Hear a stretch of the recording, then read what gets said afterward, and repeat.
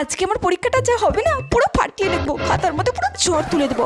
আর এই পাখি আর রিমিকে একটু দেখাবো। স্টুডেন্ট খাতা নিয়ে নাও আর লেখা শুরু করো। নাও। আমার যে কি মজা হচ্ছে না। প্রত্যেকে লেখা শুরু করে দাও।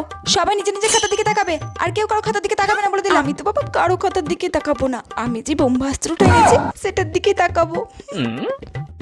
সবাইকে বলে দিচ্ছি, কেউ যদি এক্সাম হলে টুকলি নিয়ে ঢুকেছো আর সেটা দেখে দেখে যদি পরীক্ষার খাতায় লিখেছো, আমি কিন্তু একদম খাতা ক্যান্সেল করে দেবো বলে দিলাম। এই রে ম্যাম তো বলছে টুকলি ধরতে পারলে খাতা ক্যান্সেল করে দেবে, কিন্তু আমার তো এটাই ভরসা, না হলে তুমি পাসই করতে পারবো না।